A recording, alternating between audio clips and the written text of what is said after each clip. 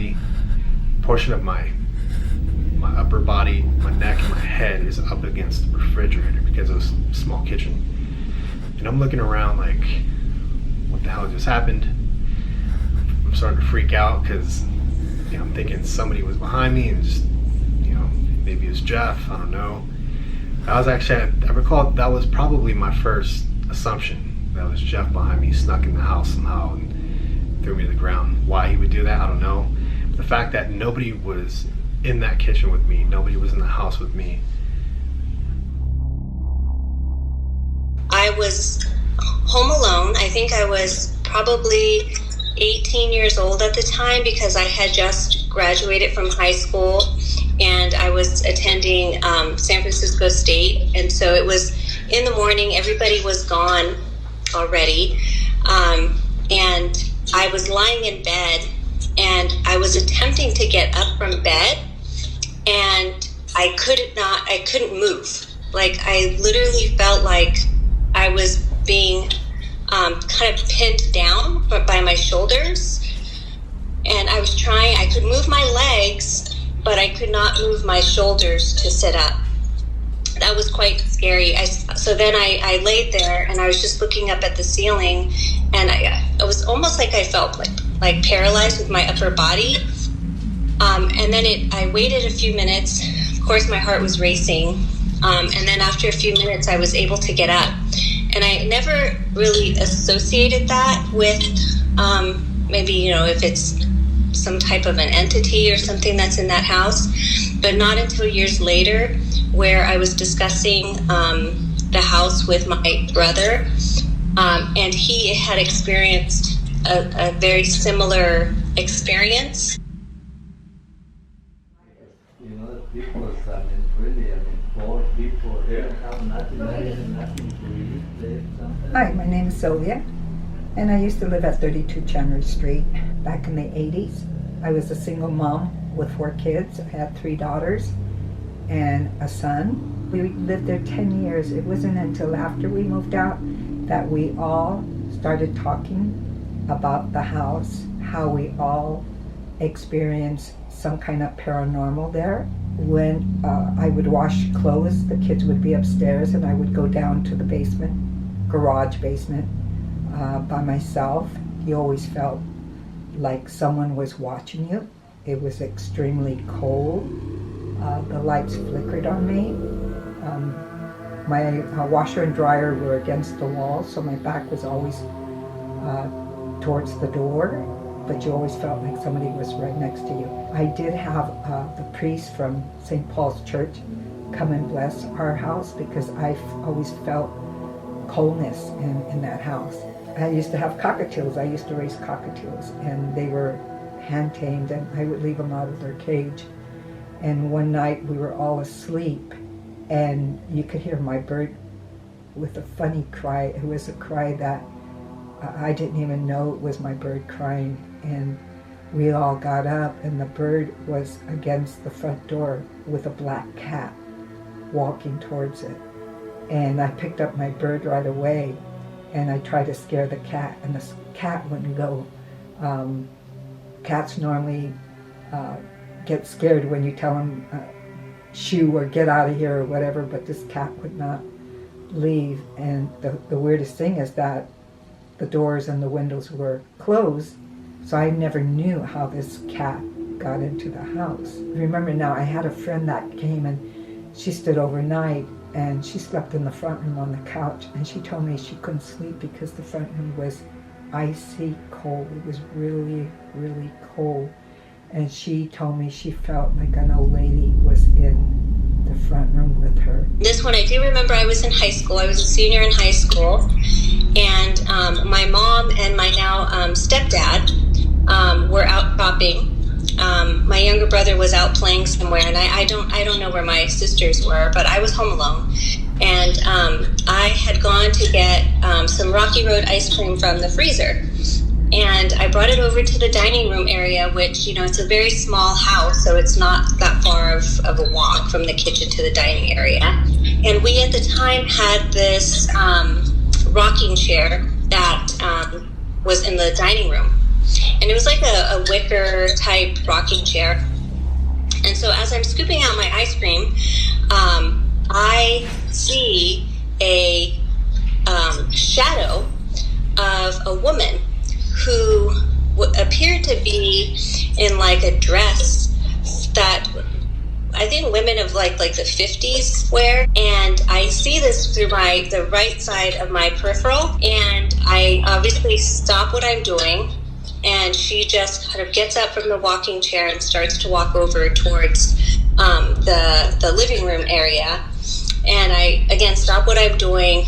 I, of course, become very terrified. I run out of the house, and I'm looking frantically for my mom to see if my mom was close to coming home. And again, we didn't know any of the stuff that we all saw and felt something until we moved out of the house. So I would like to go back just to see it. The thing is, the house, it says the square footage is 666. And that's really numbers that you would say is not good. Okay, so this is my final story about supernatural activity on Chenery Street itself.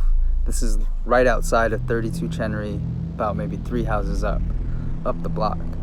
I was leaving my house, it was probably about, I want to say like maybe 9:30 at night. I was probably like maybe 13, 14 years old. So I'm going up the street, and it's a nice night. It's like perfect weather, like no wind, clear sky. Everything was really good, good feeling. And so as I'm walking up the hill, I get to the very top part of the hill, like right where it flattens out at the top of Chenery on the first block. There's a dog there. It's a black dog. And I've never had, like bad experiences with animals. In fact, I've always been like a big animal lover. But this dog, it was like really greasy looking. It was all black. And I remember it was growling, and I was like, what the fuck? Like, why is it growling? And as I get closer, like every few steps, this dog is growling louder. And it's like showing its teeth and everything. So I start freaking out. I'm like, oh, wait a minute. Not freaking out, but I'm more like, I'm cautious of what's happening here. I like try to like calm it down a little bit with my hands, like from a distance. But it's ignoring that. It's just growling even more. When it starts showing its teeth, doing that stuff, and crazy eyes, like, ah. And so I start backing away from it. And at this point, I'm already in the middle part of the flat part of the hill, and or the street. And so I'm probably about maybe, a car and a half away from this thing. And then I decide, you know what, this ain't worth it. This dog, it looks like it has rabies or something. I don't know. I give up trying to be macho and go towards it. I'm walking backwards, and I keep going back until I get to the point of the hill where it starts to curve back down. I take like 2 more steps backwards, so it looks like I'm still walking backwards and going at a steady pace.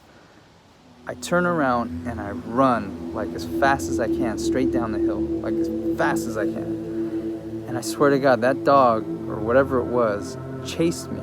As it's chasing me, it's barking and it's growling, and it sounds like it's like right next to my ear. Like the sound is right next to my ear.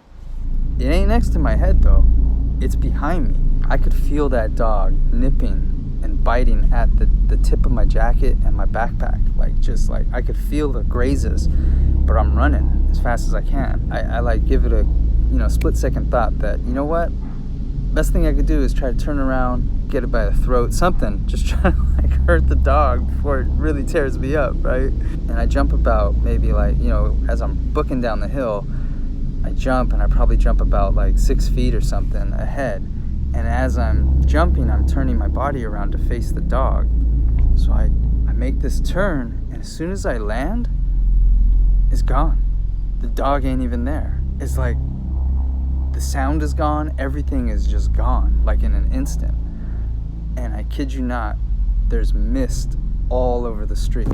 It was surreal. I remember, just instinctively, I had to look for the dog. I had to see where the hell it went. Like I was happy that it wasn't there, but I was also scared that it was still there and that it might jump on me from an angle. So I remember going around the cars, looking, peeking, you know, on one side to the other, doing double takes, trying to like listen for it. There were no cars, no people, nothing. Lights were on houses or whatever, on street lights and everything. Those didn't go out. But I kid you not, there were no noises. Like it was dead as like death out there. It was just like, after I, you know, went looking around for the dog, I just realized that, holy shit, that was like a demon or something. And so I, you know, I went straight home after that, didn't go back out that night. Regardless, I just gave up my plans and stayed home, played video games or whatever I did. I was freaked out. I would always go to the house when I was in the area, you know, because Jeff, his parents, you know, still lived at 38 Chenery Street, so I would always stop by, and either nobody was home, it was vacant, and I recall this one occasion where I knocked on the door. There was an old mail flap on the door, and I just kind of peeked through. And as I peeked through, you know, I look at the walls, bare walls. Looked like nobody lived there. It was vacant. But I saw a big black dog in front of the kitchen, and it turned around as it heard me open the mail slot, and it charged the front door. And I kind of fell backwards because I got a little startled from the dog. And the weird thing is, I didn't hear the dog through the door. You know, I thought about opening the mail slot, but I was too afraid of what I was going to see. I couldn't hear any sniffing, barking, growling. I didn't hear any walking. I'm just trying to find pictures of the house. I know.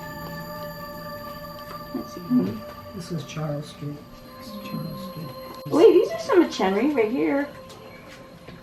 It's just me on Chenery. Here's Chenery. Same looking I know. Let me see. That's why they're unhappy, like malnourished. Yeah. They don't have energy to smile. This is such a good picture. Yeah, that's cute. Such a good picture. Here's the front room. That I was yelling at them because the heater was on. Yeah, That's the heater. that big thing. That's Oh my the gosh. heater. Mhm. Look the.